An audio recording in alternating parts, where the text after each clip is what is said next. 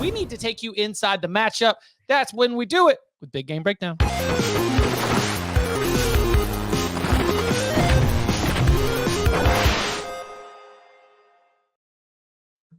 Arizona traveling to Manhattan to take on Kansas State, a top 20 matchup between Big 12 teams on a Friday night that does not count as a Big 12 conference game. Listen, it's a tradition unlike any other. It's not the first, not the last time that we've had this, but certainly always unique, especially because these are two teams. What we say, like 2 of the 5 teams that you would say are in the race for the conference title. Mm-hmm. 5's a wide enough net for both these, maybe even 4. Oh, okay. Depends on Cam Rising's health. I'm assuming Cam Rising is going to be fine, but maybe I shouldn't assume nothing. Not for this weekend. All right, so here's something that's interesting. Game number 1 against Broncos Big Bad Boys, against a defense that Bud has told you he has rated as one of the worst in the country. Teteroa McMillan sets like a billion records. I mean, 300 yards, 14 catches, 4 touchdowns. I mean, it is bananas. And then totally kept in check against FCS Northern Arizona. Now, a couple things happened. Our starting center missed the game because of an injury for Arizona. The team captain, kind of an important guy.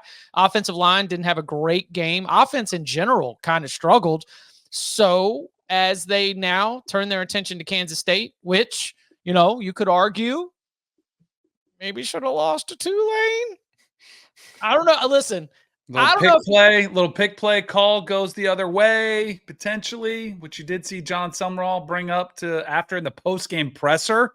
He said, man, he even pointed out Big 12 officials. Yeah. That was pretty bad. I did like pick plays with a passion. So you can make a case either way. Yeah, I don't think either one of these teams covered themselves in glory in week 2. So short week to get everything fixed. Bud, what's got your attention when we start to like go inside the matchup? What are some of the places where you think you've either got a good feel for it or a question that you want answered? I mean, I really want to know who's going to play, and I don't think that's like a cop out, but they have some guys who were like not playing in those games, as Chip mentioned on the Arizona side. How many of those dudes were held out for precautionary reasons and load management? Like if they're dinged up a little bit, they don't play because Northern Arizona is not any good. So right. There's no real penalty for not playing your studs. They had a couple offensive linemen miss the game. I know they had a safety miss the game. Like another safety got dinged up there. And on the Kansas State side, there's like 2 starting offensive linemen, I believe, who are not practicing still. So that's a position where they lacked good depth. Remember, they lost Cooper Beebe to the NFL. I also want to know how much QB run game do we see? Because we still didn't see a ton of it against Tulane. And they were able to win the game. And this is not a conference game. I get it. And Kansas State's chance of getting an at-large, I think, is pretty low, but maybe not 0, especially like if Tulane wins the American, which, I mean, through 2 weeks, they've looked like the best American team to me. So, I mean, well, Memphis. I guess you could argue Memphis, but Memphis failed to cover when Troy's quarterback got knocked out, so that they didn't really cover themselves in glory in that game. Like Tulane actually took Kansas State to the wire. If Kansas State doesn't care about getting an at-large, then maybe you do save the bullets with Riley's legs. You mean with Avery's legs? Sorry, with Avery's legs. Yes. Yeah. So much Riley on the brain today. But like Riley, you probably need his legs to win this ball game. I think they were full playbook. I don't think they were hiding anything. Okay. Yeah, I think they play. I thought offensively they picked it up. They got what they needed late. I think the big thing here is the concern is the defense, which got absolutely shredded. And now you got one of the best receivers in the country and a talented quarterback. They're going to have to slow down, who I give them a little bit more of a pass of probably looking ahead to this game. It's Northern Arizona. It's an FCS school. Didn't look great, kind of played down a little bit. But that to me is the matchup of this game. I think, you mentioned the injuries and the guys that they're missing on the offensive line. I think that for the most part, Kansas State, at least in the run game, they've run the ball really well behind Giddens that has had a good offensive start to line. the season. Yeah, I think the offensive line is playing very well in that aspect. I don't think they're nearly as efficient going backwards as they are plowing forwards. Though, like when it comes to pass protection, I don't think they've been that great. But they haven't used Avery Johnson much in the run game. But like you just said, DJ Giddens has been their workhorse. He's been very effective. They've been sprinkling in Dylan Edwards to very good effect in his limited carries. He's averaging over 10 yards per carry. And it's an interesting matchup because, like, they played Northern Arizona last week, and they played, what was it, New Mexico in the first week.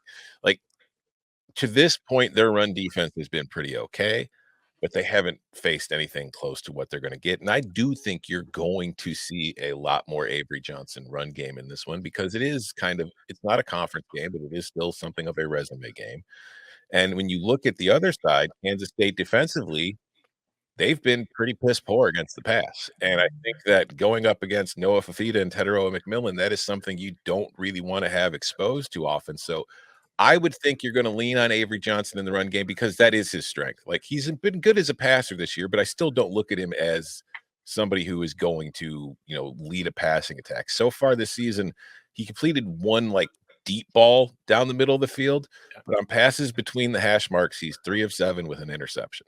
He's very much the sideline to sideline guy. And also, it's not that they haven't even just used him in the run game. He's not even rolling out in the passing game. Like they have had him dropping straight back and firing from the pocket. So I don't think Kansas State has used its entire playbook. I do think we are going to see a very different looking offense in this game that kind of knows it's probably going to have to score a lot of points to win this game. I don't think they're going in there thinking, oh, we can hold Arizona to 22. I think they're like, we might have to score 30 something to win this game.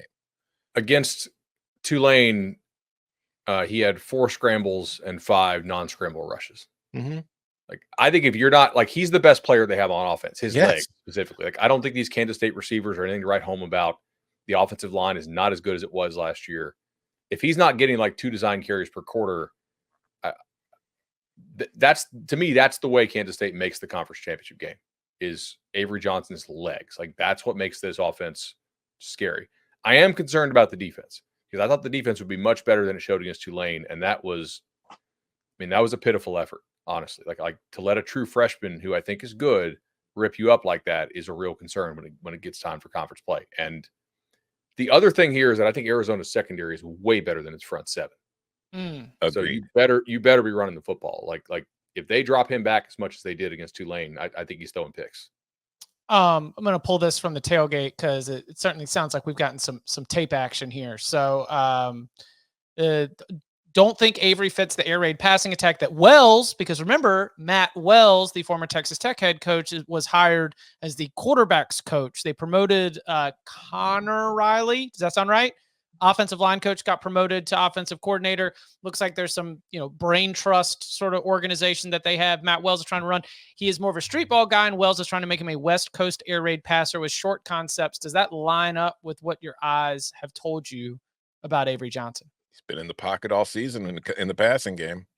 I mean, are we thinking they're running straight air raid? Matt Wells was not, as far as I can tell, off the Mike Leach coaching tree. No, it's not air raid. I don't think that's an accurate. I would say. What what about like pocket passer?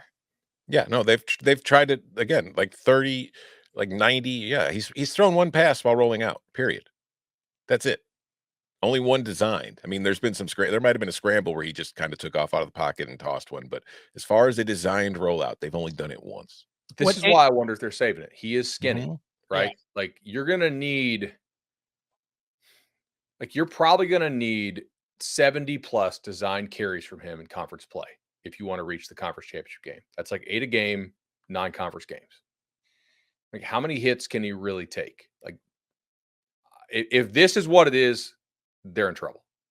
There better be something else that utilizes his legs more because these Kansas State guys around him, they're just not special. They don't look impressive to me. One thing that Danny mentioned that is definitely on my notepad here is that you had Darian Mensah, running around, waiting to make plays happen, and then being able to find Tulane wide receivers, getting behind this Kansas State pass defense. You are dealing with a upgrade my opinion, in quarterback, going from Mensa to Noah Fafita, and you were dealing with leaps and bounds of an upgrade when you go from Tulane's wide receivers to Tetaroa McMillan. I just could not. And look, Chris Kleiman said after the game that they made defensive adjustments, and those defensive adjustments made the second half a little bit better for the Wildcats defense than the first.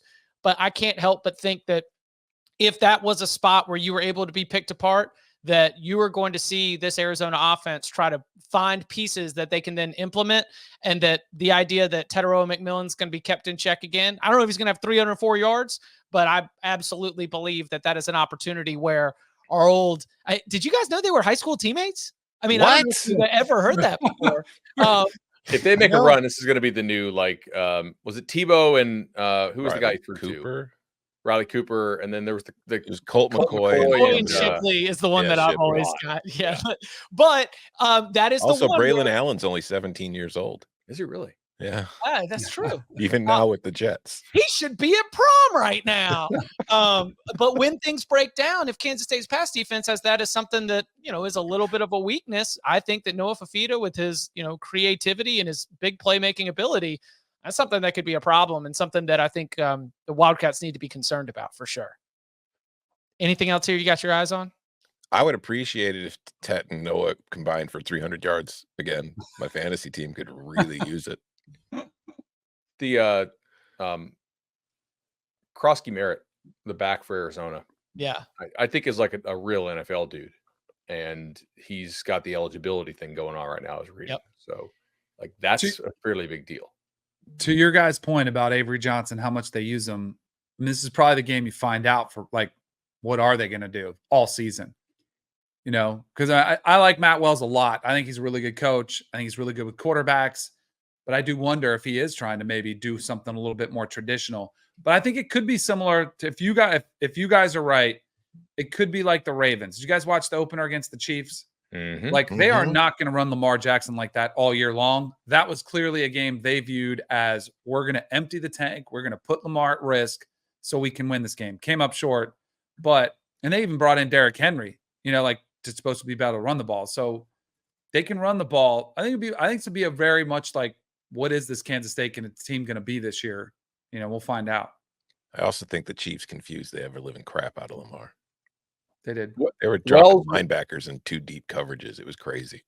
Wells was at Utah State, 16 to 19? He had Jordan Love earlier. And he had Chucky Keaton, wasn't he? Chucky Keaton? The legend Chucky Keaton. I love. Did you guys get his Jordan Love promotional repair? I don't think he did have Jordan Love, did he? Was that his last guy? Has he been out that long? I'm pretty sure he had Jordan. He didn't have Jordan. I think he might have recruited Jordan Love, but he did, like, Love's first year he played was 19, and Wells was gone. I remember the Jordan Love Heisman campaign had the Candy Hearts. Candy Hearts. Yeah, I used to love Jordan Love, and then he betrayed me. Chucky Keaton had a Heisman campaign. Do you guys remember that? Yes. Like, man, if you want to be a Heisman or a Heisman campaign guy, you go to Utah State. That's right. 16 and 17, the second leading rusher on the team for Utah State was a quarterback. So, like, there is some history of Matt Wells running the QB. I'm trying to think who he had in Texas Tech. I think it's coming. You're going to see Avery running a lot more. I'm excited. Friday night. Either it's coming or losses are coming. One of the two. Take your pick. I mean, he didn't do it a lot in Tulane, but you go into that week with the game plan if we're not going to have to run him. So if you haven't been working on it in practice, it's not like you're going to completely flip everything in the middle of the game and say, all right, we're going to start doing this. My suspicion is after seeing how things went last week, they're looking at this game and they're like, all right, we can't afford to keep this crap holstered anymore. We got to go. Yeah, I don't know if coaches are doing the at-large playoff math. I think that coaches are looking at the quality of the opponent and that Arizona is probably one of the tougher games on Kansas State's schedule. Mm-hmm. Okay.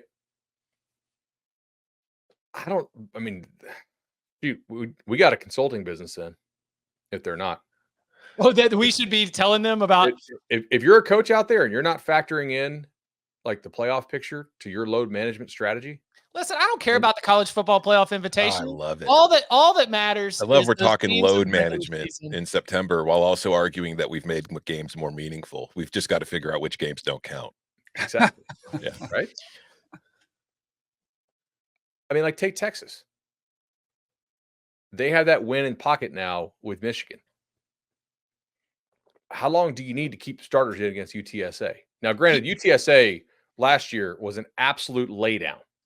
That whenever the last time that UTSA played in Texas, Traylor pulled the quarterback. Right. And it was very obvious, like, we can't protect him. We got a conference to go win. So UTSA, before the 12-team playoff, was load managing in that game, right? Because they didn't want to get him hit. They know they can't win it. They're just there to take a check and not get too many of their guys hurt and then go try to win the conference, which, you know, they made some Which nice they failed to do, because that's what that attitude gets you. You be out here talking load management and playoff resume. No, you go out and you defeat your opponent. You make their ass quit.